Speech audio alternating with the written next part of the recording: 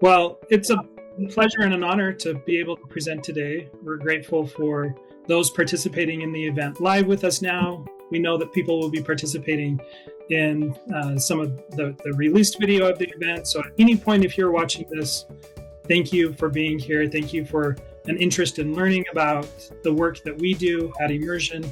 It's a pleasure and an honor to share it with you. We're really grateful to the Language Summit team.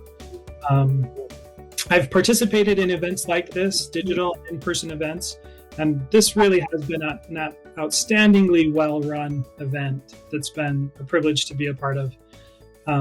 As you may have recognized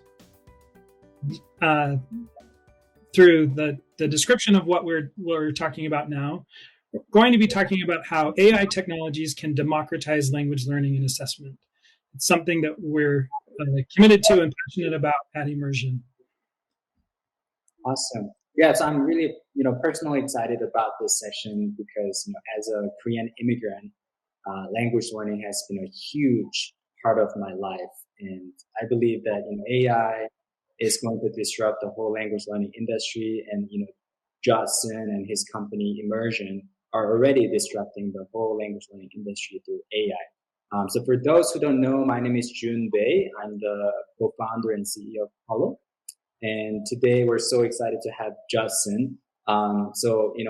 He is from so he's from a company called Immersion. Judson has spent over 15 years, working in English learning assessment, or language assessment, teaching and administration. And their company, Immersion, is located in Lehigh or Park City, Utah. So before we get started, so Justin, can you tell us a little bit about yourself and also why you're so passionate about this industry? Sure. As June mentioned, my language teaching and learning journey began about 16 years ago. And something that June and I didn't know that we shared is our English language education journey began in the same country. For me, it was Korea also, where I was first introduced to the learning and teaching of English as a really kind of valuable step for someone in advancing themselves professionally, personally. So that's awesome. In terms of other introduction of my profession and my career, I currently work as the director of language assessment for Immersion, an ed tech company in Lehigh, Utah. Previous to joining the Immersion team at the beginning of 2020, I served as the director of language assessment or the coordinator of language assessment technology and testing at Brigham Young University's English Language Center, which was a great place to begin a career working with great people. In terms of a personal introduction, my wife is a pediatrics nurse. We have 3 kids and a dog. In the files, I've dropped a picture of my dog if you want to see what his day of work consists of. I like to hike, bike, do jigsaw puzzles, listen to podcasts, and I love international food. So, awesome. What's your favorite food? Korean food. I love Korean food as well, of course. I'm a little biased, but yeah. As a company, for example, for Hollow, we have a lot of team members coming from different places, and we just had Thai food yesterday.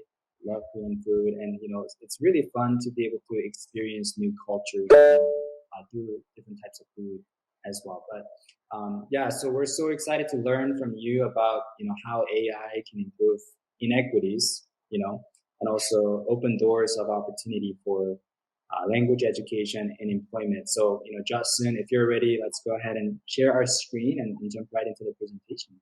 Sure. As June's already graciously introduced, at Immersion, we're working on a lot of exciting things. And as I was given options of what I could talk about, I'm passionate about the what of our work, the things that we're working on and the impact that it's having. But I think kind of as summarized by this quote, that before any of you should consider the what we're doing to be relevant, it's important that you understand why we do it and that should be evident in our work, that why. As I mentioned, I was gratefully and well employed at a university. I had a great job. I loved it. as I considered a change in fairly radical change for someone that's been in academia, one thing that I didn't want to abandon was a sense of purpose in my work that was centered on a clear mission and vision. And gratefully, the Immersion team has centered our work on a clear mission and a vision to do good in the world. As it was described for me on that first day, and as our founders would describe to anyone, we see ourselves as a for-profit social venture. Yeah, the company was started with the intent to make a positive difference around the world, and I think that we're doing that. It would be a pleasure to share that with you today in our conversation. June's going to be dropping some questions in the chat, hopefully to generate some discussion, get you thinking and engaging in what our presentation is. Throughout that, there'll also be some polls that we make visible.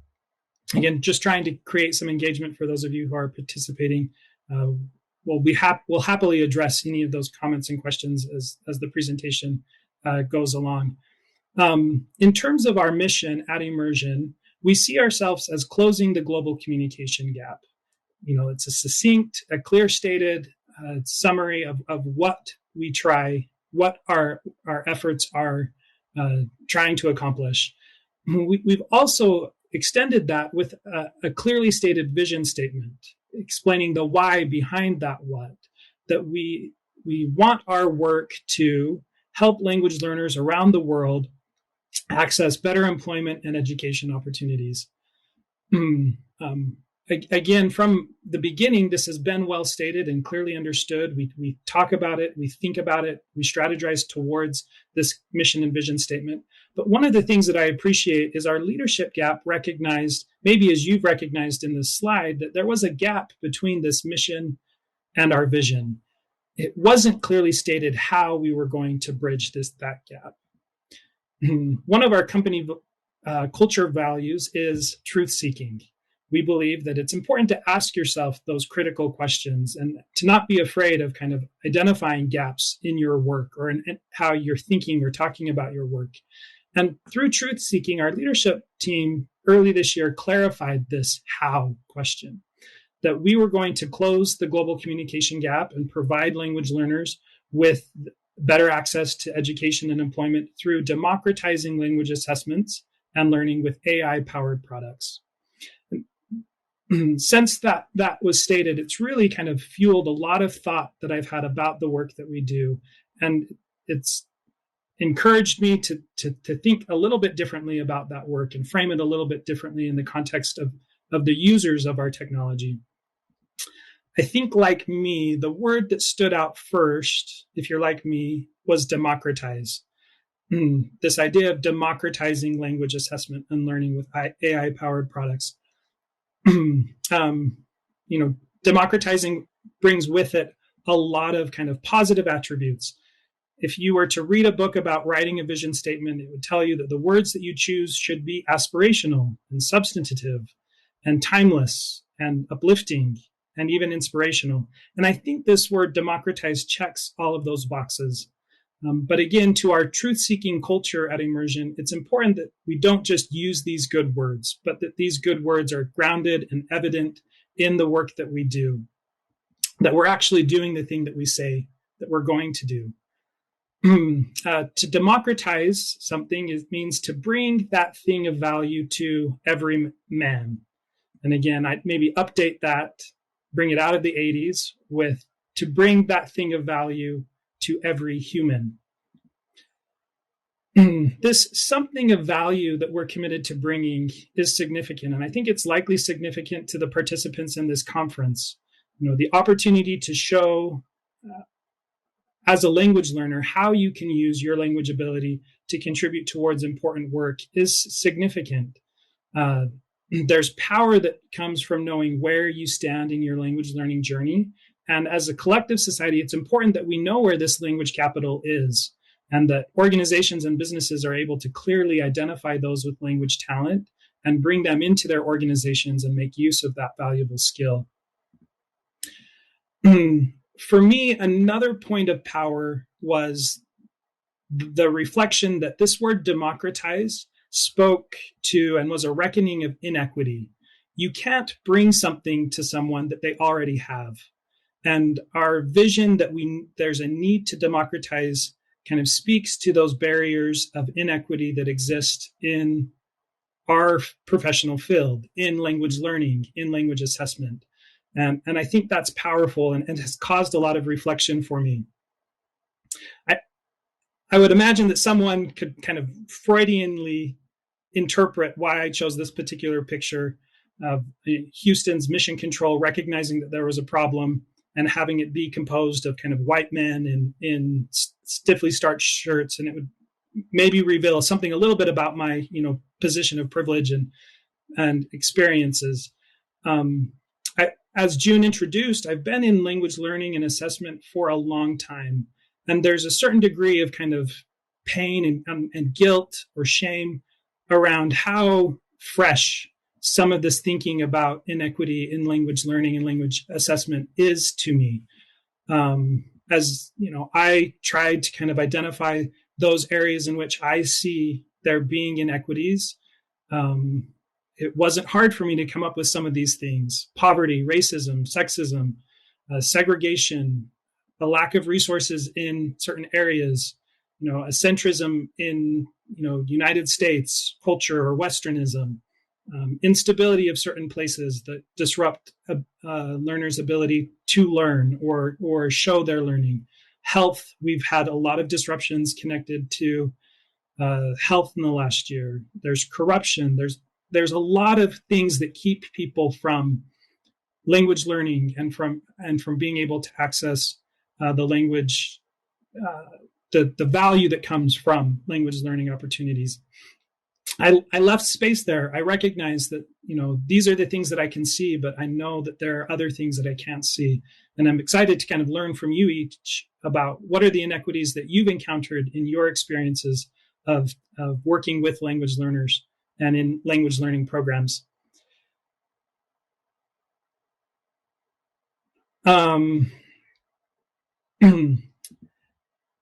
So again, kind of in this point of reckoning, I think it needs to be said that there's need for apology. I'm sorry personally as a professional in language learning and teaching that I didn't see these inequities clearer or sooner. I'm sorry that I didn't understand it faster. I know that there are those in our professional space that are very keenly and acutely aware and have been for a long time about some of these inequities. There's a measure of complacency and privilege, and I come from a career that was kind of steeped in privilege. But in an admission or an apology for these inequities, I'm grateful now to be in a position where we get to work towards some solutions towards some of these inequities. And that's what I hope to talk about today.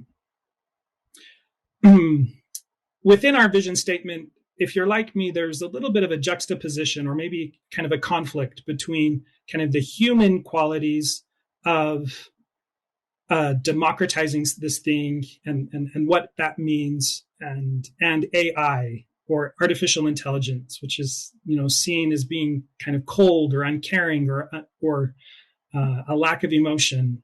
I think as June introduced, AI technology is disruptive technology, and it's easy for us to see in that disruption kind of concern or danger or harm. And there's important discussions that need to be had about the implications of AI technology and the potential for further inequity or harm that could be done by it.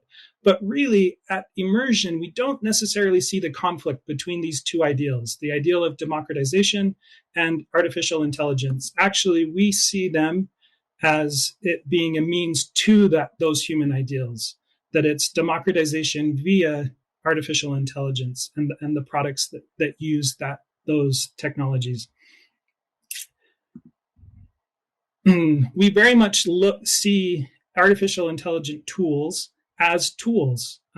It's a lever that we can use in amplifying or magnifying our strength, our ability to kind of respond to these global scale inequities. It's a means to that end. And we're excited by the progress and potential we see in these technologies.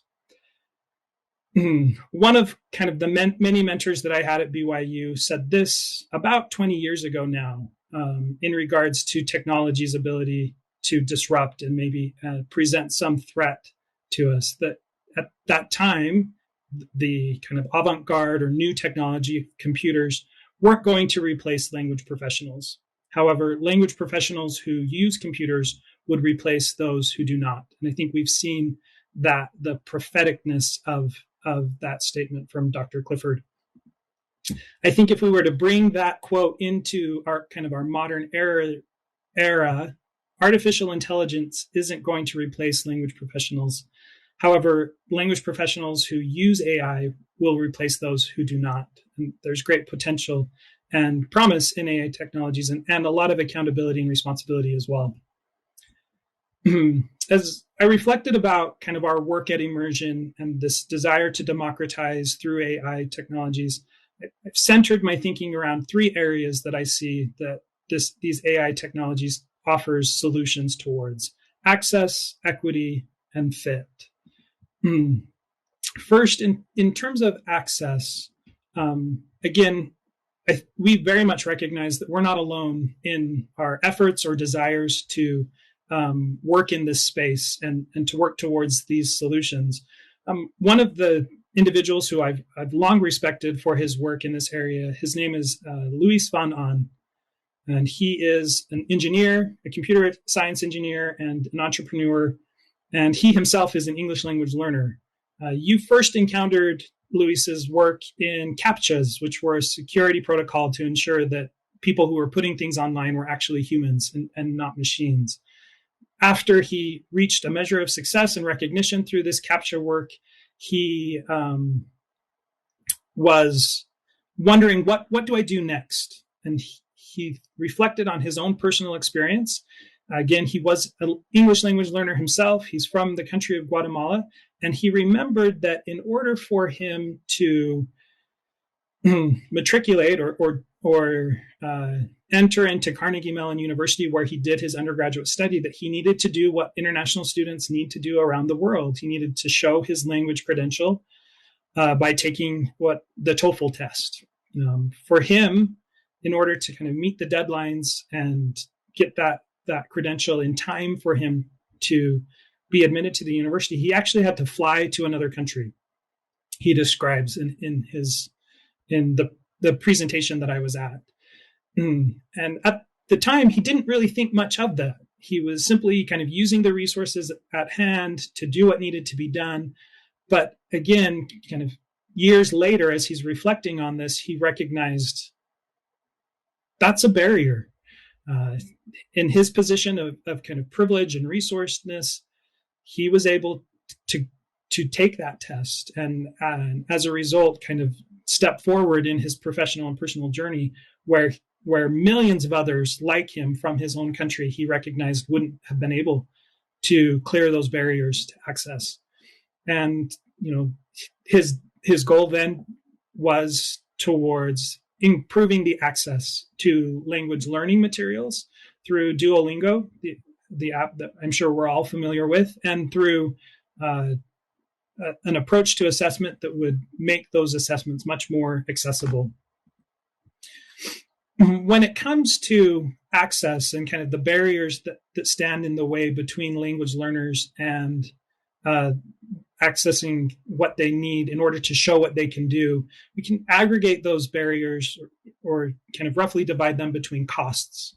There's the cost to register and take the test. There's costs involved in preparing for a test. There may be even costs involved in kind of getting to the place where the test is going to be administered.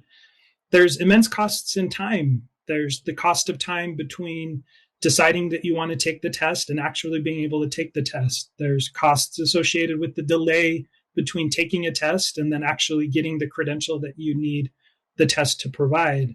There's locational costs. Is the assessment offered in a way that's conducive to your life and where you're at? Again, AI technologies has allowed us at Immersion to address these barriers to a credential. We use AI technologies in such a way that it's enabled us to keep assessment costs low. making them more accessible to the organizations that need a credentialing test, and in turn to those who are taking the test.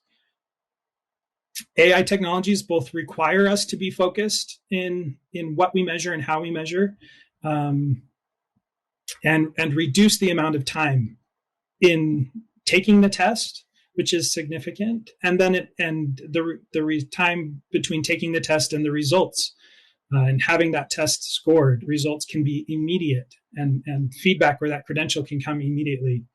In terms of this difficulty that Luis von Ahn encountered of needing to leave his country to go to the location to take this assessment, our assessment's available everywhere there's data. AI technology enables us to make the assessment mobile and know with confidence that the test is going to perform well in those conditions and circumstances. I had an experience that helped me to see in kind of through new eyes the need for greater access and in removing some of these barriers. Strikingly, it happened in Guatemala, where Luis von Ahn was from. There's been a nonprofit organization that I've had kind of in my periphery for a while now that does work in Guatemala, and I'd always thought that at some point I'm going to go with them on one of their trips down there and help in some of their efforts there.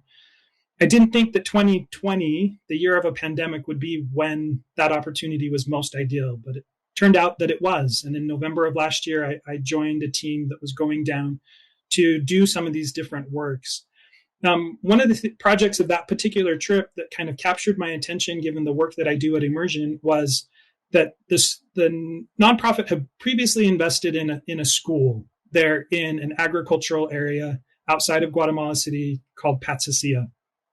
One of the things that the nonprofit kind of founder recognized was that investing in the education of those people of that area, if there weren't jobs after that education, then the area would lose those people that they were educating. And so they desired to kind of work towards bringing a contact center or a call center to this local agricultural area where, you know, students who graduated from the school and gained language skill through that schooling would then be able to begin working in the contact center.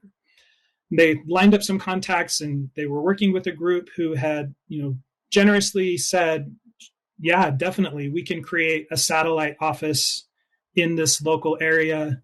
We'll give you a recruiting team. We'll send them out there. They'll assess those in the local area that express, you know, or self-identify language ability and express an interest in work that uses English.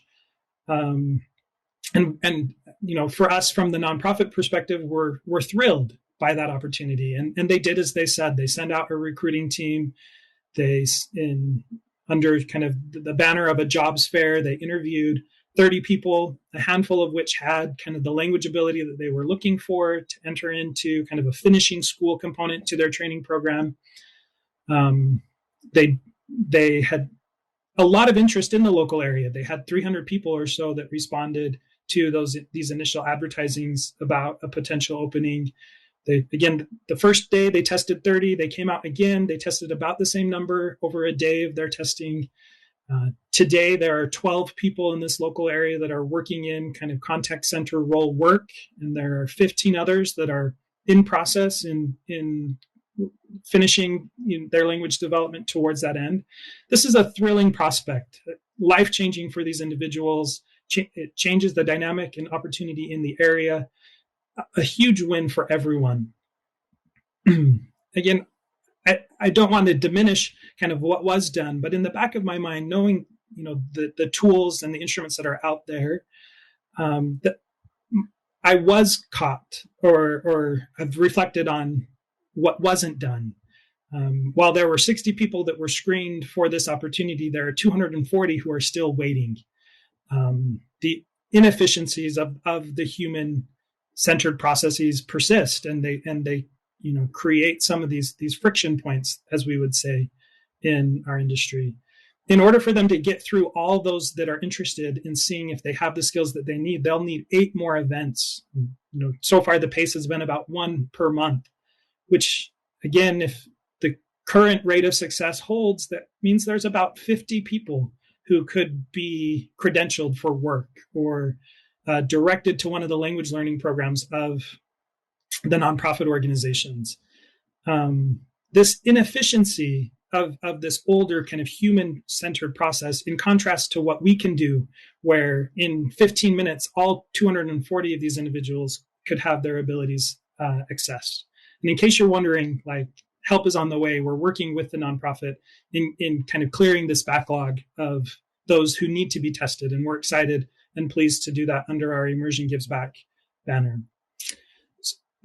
That helped introduce a little bit of how we're using AI technology to address inequities when it comes to access. Here as well, though, I think there's an important reckoning that needs to happen as we look to define equity, what it means to create opportunities that are free from bias, that show a care and concern about the equity of the assessments that we give. There's a TED Talk that maybe you're familiar with. Patricia Ryan gives a really impassioned kind of speech about language assessment and those of us who teach language and who test for language, to recognize that we are gatekeepers, that we keep people from being advanced towards opportunities. And there's great responsibility that comes with that, the power that we've been entrusted with. Education itself and experiences with getting education create a division and can perpetuate cycles of inopportunity that are significant to watch for. It certainly is fair for organizations to credential language for language ability. It's often critical to certain work that needs to be done. But I think it's important that we be really reflective and ask ourselves that question: is what's being tested for actually the skill that's needed? Is there a testing creep? Are we testing for more than what is needed to be demonstrated by the person in those roles? A lot of those who test for language ability do so in the form of some type of language assessment interview, which is it's a flexible way of measuring for language performance, but it is one of these assessment types that does bring with it other things that are being measured: a person's personality, certain pragmatic understanding about how that conversation should progress. It draws heavily on the direct experiences that a person has had. And, down at the end, we may get towards actually assessing in a reliable and valid way language skills, but it's not as inherent as we would maybe assume it to be. I'm a huge fan of using interviews for language assessment purposes, but I also recognize the ways in which there can be concerns with that approach. One of those actually jumped out at me in kind of a painful way on this trip to Guatemala. Knowing that the particular kind of partner we were working with from a contact center had as a very prominent part of their language screening process an interview, a face-to-face interview, the nonprofit asked me to work with the language team at the school to train on kind of what they could do in their classrooms that would provide support and development opportunities towards this type of language assessment. I'm ACTFL OPI certified. I've done a lot with interview style language assessments from a training perspective. I felt very kind of adequate to the task at hand. And I think if I had gone immediately from the airport in Guatemala City to this training, I would have been blissfully unaware of what was actually needed. The reality was that this was several days into our trip, and I'd had opportunity to kind of be in the homes and communities of these students that these teachers would be working with. As I went back to my hotel the night before this training, and I pulled up kind of my go-to list of interview questions, I recognized that there was a measure of bias that the questions that I was going to be preparing, these teachers towards, that was inappropriate given the context that they were in. I think it stood out to me, the question there at the top. I asked it hundreds of times over my career. Tell me about your favorite room in your house. I now recognize that these students, they have one room in their house, and maybe it's their favorite, but there was a certain, again, an unexpected kind of classist bias that some of these experience questions happened. Another kind of hallmark of language assessment interview style testing is, tell me about a time you were traveling and something unexpected happened. There's two layers here. There's an assumption that the person has been able to travel in their life, and they've traveled enough that maybe something unexpected happened on that trip. And again, like travel for those of us in certain positions is something that is familiar, it's common, but that's not something that everyone has as part of their life experience. And I don't raise this particular concern or issue to say that people from different levels of socioeconomic status don't have things of interest or value or breadth to their life. I just think that sometimes we don't necessarily look for them or assess through them in appropriate ways. In this case, the teachers I was working with were wonderful at helping guide our conversation towards the things that would be most appropriate. And the language screeners in these areas are probably also very kind of informed and have adapted their practices in ways that foster greater equity. But it did help me kind of recognize and appreciate something that we've come to kind of test for or test through in our speaking style assessments. Using an AI-powered test like we do, we've had to be very focused in the type of language performance tasks that we have someone do.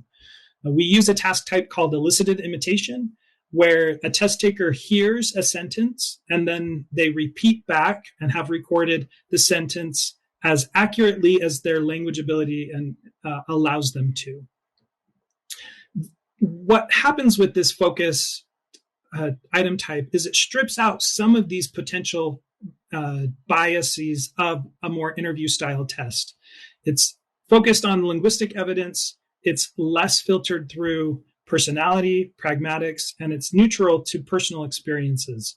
And again, I saw the need for that, that we don't keep someone from advancing themselves out of the situation and life circumstances that they've been in by unnecessarily screening them for some of these experiences that are likely not relevant to how their language performance will be used. In terms of equity, and we think of equity in part and measure about reliability. Between a human scored assessment and an AI scored or powered assessment, there's definitely some ways in which human scored assessments present some vulnerability. Reliability is fragile. Human raters need to be consistently trained and maintained in order to keep their skills sharp and to keep their evaluation of performance fair and reliable. Humans themselves, they go home. They may not be available at the times in which the test takers need them to be available. They're overwhelmed. There's only so much they can do at once. Human rating is simply expensive. It elevates those barriers to access. When we contrast that with kind of our AI-powered tools that help us to reliably score assessments, that reliability is rugged. It's not that it's easy in terms of getting there, but once it's there, it stays where you've kind of put it or trained it. It's always on. We can test people at all hours of the day. At whatever point, they can take a test, we can score that assessment. It's insatiable. It's hungry. It can do those 240 tests all at the same time. And that scalability affords it a lot of power in terms of increasing access.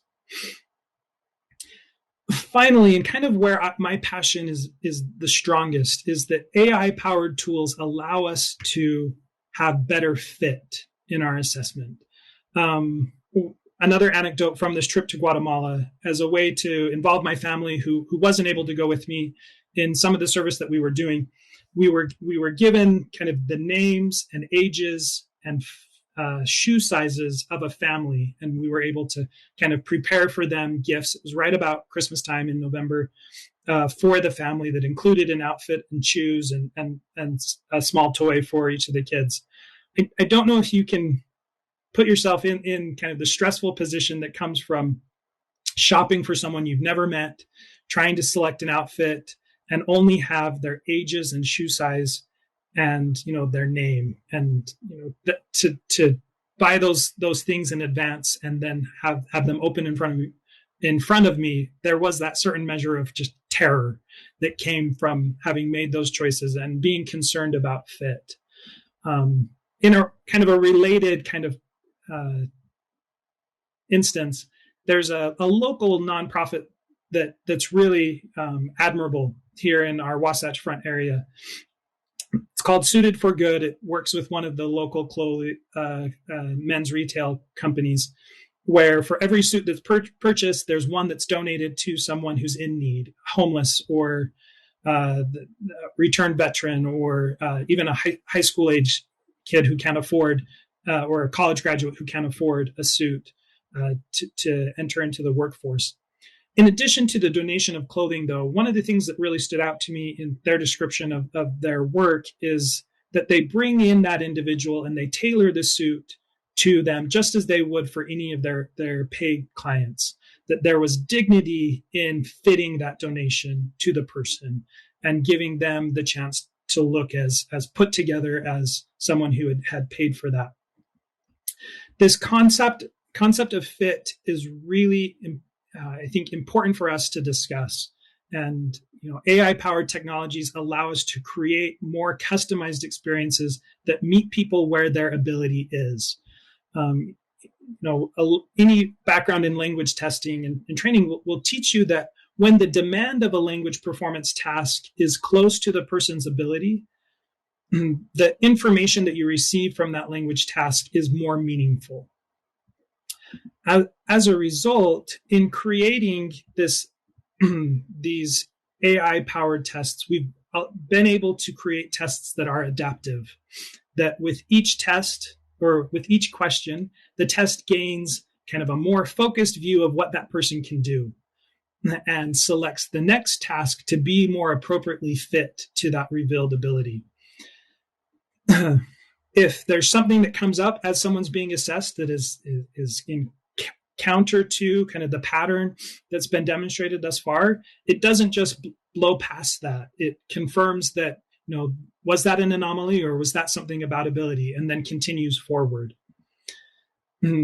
Fit isn't just a matter of fashion, it's a matter of function. Adaptive tests are more efficient. You can learn more faster with fewer items.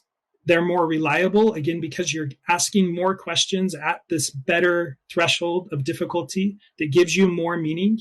And for the test taker, it's more comfortable. They feel better about the assessment experience, that they were best able to show what they can do. One of the things that I'm very proud of is that Immersion's approach to having this type of adaptivity to our tests doesn't make them more expensive. As we were ending the development of our adaptive English speaking test last year, as we were talking about how we'd release this test, there was some discussion like, should this become a premium product that's made available but with extra costs?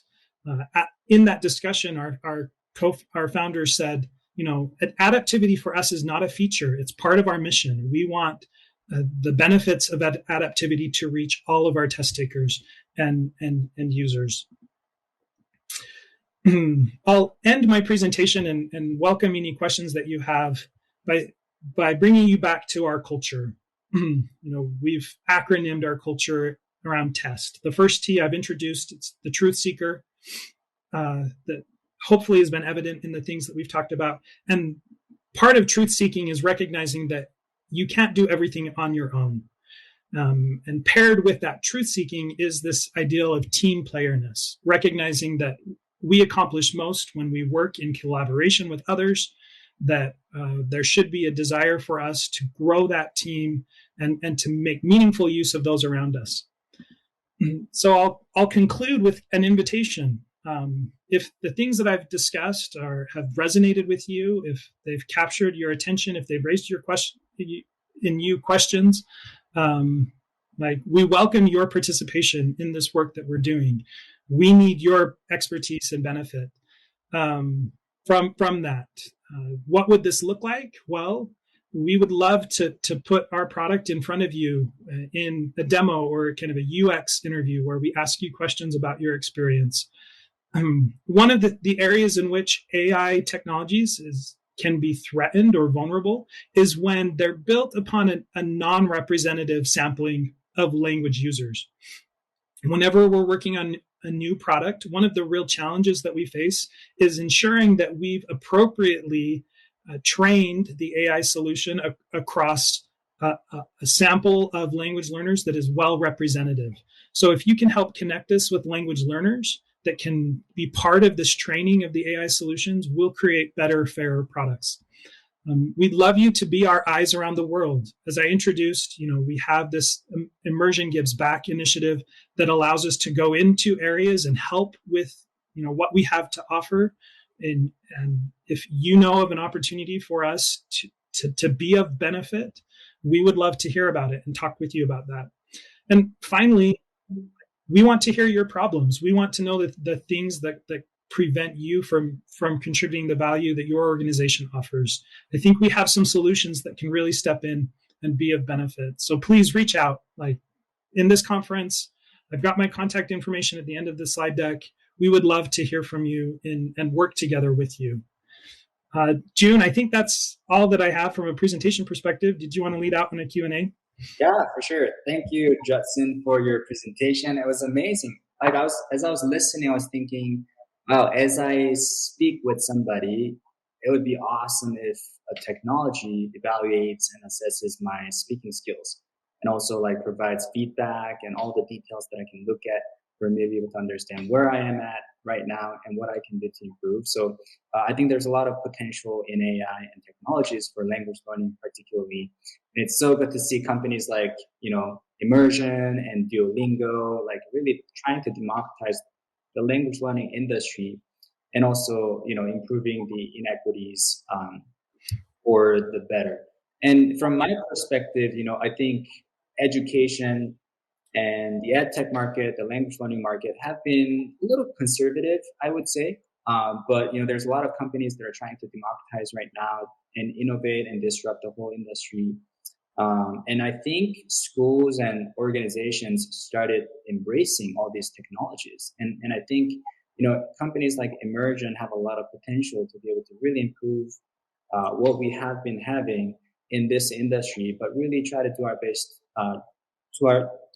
best to embrace what's coming and also try to do our best to help our students and also teachers as well. So I wanted to say thank you to everyone who's watching and also commenting, Sylvia, Yasika, Carter, Darren, all these wonderful comments. I wanted to make it open to some of you guys so that we can answer some of your questions really quick.